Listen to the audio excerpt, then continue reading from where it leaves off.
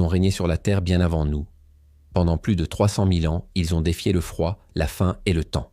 Ils chassèrent les mammouths géants, bâtissaient des outils, enterraient à leur mort. Et pourtant, un jour, ils ont disparu. Sans guerre, sans cri, sans trace. Qui étaient-ils? Pourquoi ont-ils disparu? Et surtout, qu'est-ce que leur fin dit de notre avenir à nous? Aujourd'hui, les scientifiques ont enfin percé le secret. Un secret caché non pas dans la pierre, mais dans l'ADN. Voici l'histoire vraie des derniers hommes de glace, les Néandertaliens. Dans les vallées glacées d'Europe, les derniers Néandertaliens allumaient encore des feux. Des flammes timides qui luisaient contre la roche, éclairant des visages fatigués, des yeux pleins de savoir et de peur. Ils chassaient toujours, taillaient la pierre, partageaient le peu qu'ils trouvaient. Mais leur monde s'était vidé. Les troupeaux avaient migré loin vers le sud. Le vent hurlait plus fort chaque hiver, et les voix autour du feu se faisaient plus rares. Chaque clan disparu laissait derrière lui des traces fragiles, une empreinte dans la boue fossilisée, un outil brisé, une tombe improvisée.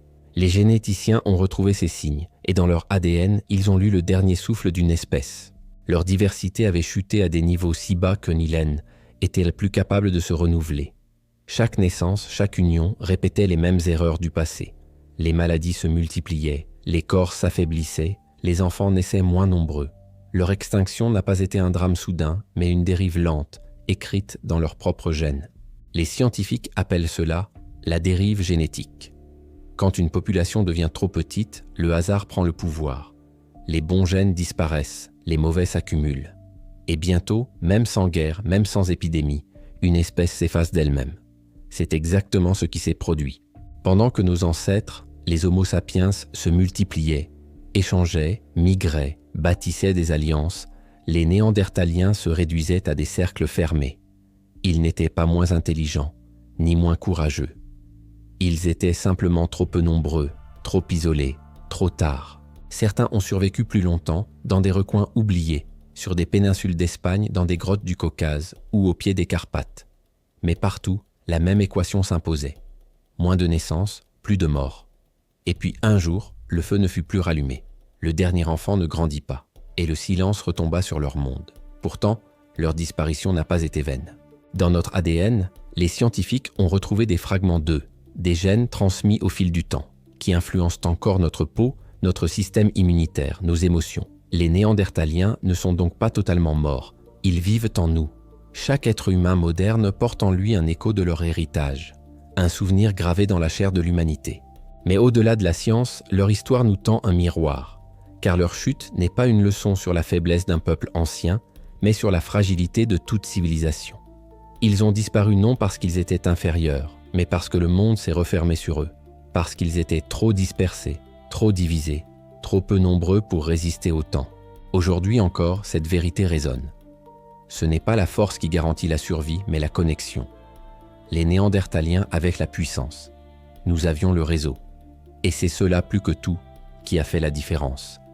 Dans les gènes des derniers Néandertaliens, il n'y a pas de traces de guerre, pas de cicatrices d'épée ni de blessures de lance. Seulement les marques du temps, la solitude et le froid. Une espèce entière emportée non par la haine mais par l'arithmétique de la vie. Quand les nombres chutent, même les géants finissent par tomber. Alors, la prochaine fois que vous regarderez une carte du monde ou un enfant au visage endormi, souvenez-vous, nous ne sommes pas les premiers à avoir régné sur la Terre. Et nous ne serons peut-être pas les derniers à disparaître. Les Néandertaliens nous ont laissé une leçon écrite dans le plus ancien des langages, celui du sang. Une leçon simple, terrible et belle à la fois. Aucune espèce ne survit seule. Pendant plus de 300 000 ans, ils ont régné sur l'Europe glacée. Des silhouettes robustes, la peau tannée par les vents, les muscles forgés par la chasse. Les Néandertaliens n'étaient pas des sauvages, mais les véritables enfants de la glace. Ils traquèrent le mammouth, affrontèrent les hivers les plus brutaux que la Terre ait connus, et ont survécu là où peu d'espèces auraient tenu un seul siècle. Ils maîtrisaient le feu, sculptèrent la pierre, enterrèrent leurs morts. Puis, un jour, tout s'est arrêté. Il y a environ 40 000 ans, leurs traces s'effacent soudainement du sol d'Europe et d'Asie. Plus de foyers, plus d'outils, plus de voix. Pendant des générations, les scientifiques ont fouillé, spéculé, imaginé. Guerre, maladie, catastrophe, invasion. Mais la réponse, la vraie, ne se cachait ni dans la terre ni dans les ruines. Elle dormait dans les os même des derniers Néandertaliens. Tout commence dans un laboratoire discret, des décennies après leur disparition. Des fragments d'os conservés dans des boîtes, oubliés. Un jour, une nouvelle génération de chercheurs en génétique ancienne décide de les rouvrir. Grâce à une technologie révolutionnaire, ils parviennent à extraire et séquencer l'ADN. Et ce qu'ils découvrent bouleverse tout. Le génome néandertalien n'était pas celui d'un peuple puissant en déclin, mais celui d'une espèce enfermée dans un piège invisible. Les séquences d'ADN montraient de longs segments parfaitement identiques des deux côtés des chromosomes, une signature claire de consanguinité extrême. Autrement dit, les Néandertaliens vivaient et se reproduisaient dans des groupes trop petits, trop isolés, où frères, cousines, oncles et nièces se mêlaient depuis des générations. Ce n'était pas un accident. C'était une spirale silencieuse, répétée siècle après siècle. Et plus les chercheurs comparaient les génomes de différents sites, Espagne, France, Croatie, Sibérie, plus ils constataient la même tragédie. Une espèce entière s'était lentement enfermée dans son propre sang. Pourtant, sur le terrain, rien ne semblait annoncer cette fin. Les Néandertaliens étaient ingénieux. Ils s'adaptaient au froid, à la chasse changeante, aux prédateurs.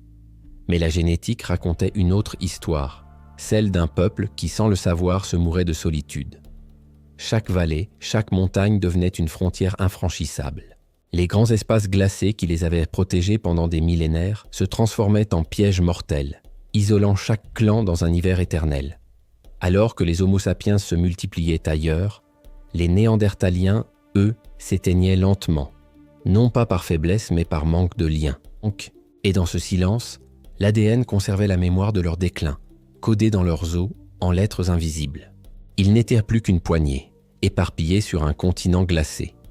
Des familles entières enterrées dans les mêmes grottes, parents, enfants, cousins, tous réunis dans la mort comme ils l'avaient été dans la vie.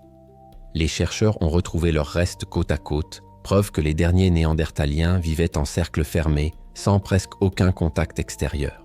Chaque vallée abritait un clan, isolé du suivant par des montagnes ou des fleuves gelés. Leur monde s'était rétréci, jusqu'à devenir un labyrinthe sans issue.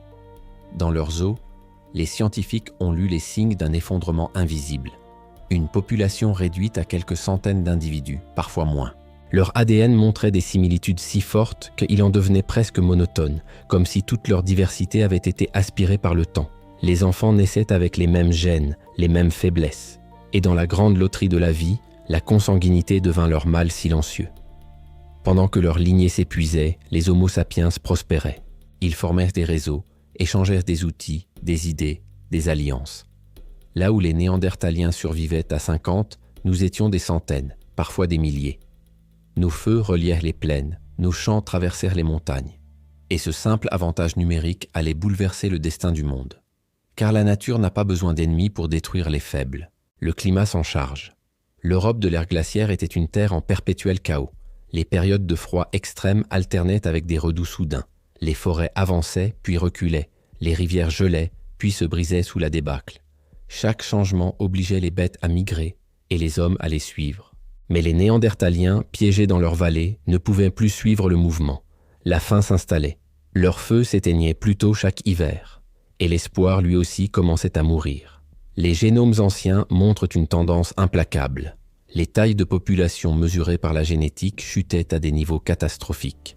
Parfois seulement quelques dizaines de familles sur des milliers de kilomètres. Des clans entiers vivaient et mouraient sans jamais croiser un autre groupe humain. Leur monde était devenu un archipel de solitude. Et pourtant, au milieu de ce silence, des signes de tendresse persistent.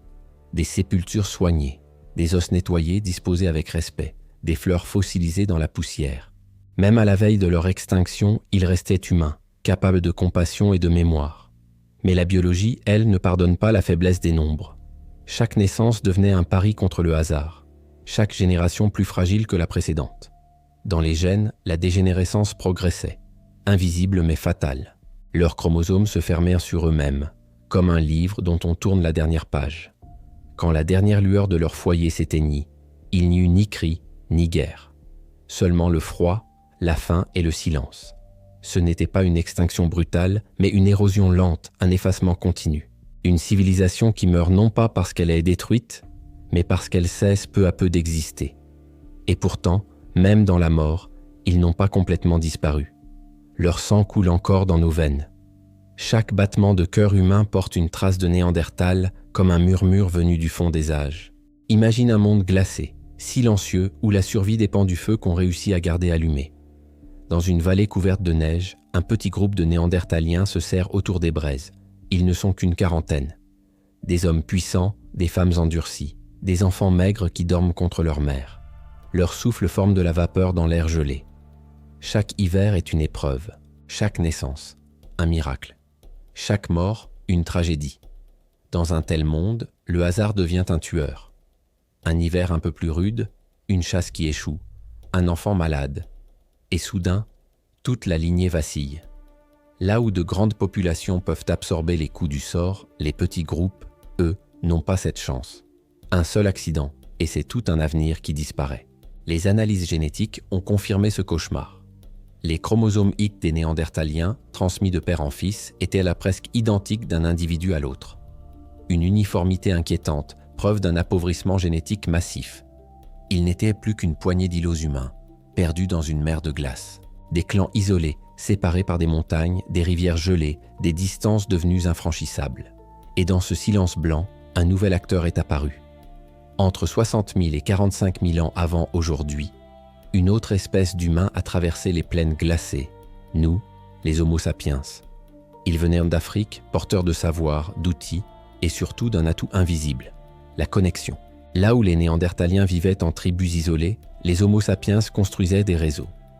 Ils échangeaient, commerçaient, racontaient. Une invention née dans une vallée pouvait se propager à des milliers de kilomètres. Un outil, une technique, une idée circulait de groupe en groupe, reliant les hommes dans une toile invisible de coopération. Cette capacité à transmettre, à partager, allait devenir leur plus puissante arme. Les premières rencontres entre Néandertaliens et Sapiens ne furent pas toujours violentes. Au contraire, certaines furent intimes. Nous en portons encore les traces. Environ 2% de notre ADN moderne vient d'eux. Oui, nous avons porté leurs enfants. Nous les avons aimés parfois. Mais cette alliance ne suffisait pas. Car le flux génétique, qui aurait pu sauver les Néandertaliens, s'est vite épuisé. Les échanges devinrent rares, puis inexistants. Les derniers groupes néandertaliens, isolés et affaiblis, cessèrent de se mélanger. Leur patrimoine génétique s'enferma, se referma sur lui-même, jusqu'à devenir une impasse. Pendant ce temps, le monde autour d'eux changeait. Le climat devenait instable. Les animaux migraient vers le sud, fuyant les tempêtes. Les ressources se faisaient plus rares. Et les Néandertaliens, déjà peu nombreux, devaient faire un choix impossible, suivre les troupeaux sur des centaines de kilomètres ou mourir de faim. Certains ont tenté de migrer. D'autres se sont accrochés à leurs terres gelées, refusant d'abandonner les grottes de leurs ancêtres. Mais chaque hiver grignotait un peu plus leurs forces. Chaque perte réduisait leurs chances de survie. Lentement, inexorablement, les Néandertaliens s'effaçaient du grand livre de la vie. Et pourtant, ce n'était pas encore la fin. Leur histoire allait connaître un dernier chapitre, celui d'une résistance désespérée, d'une humanité luttant contre sa propre disparition.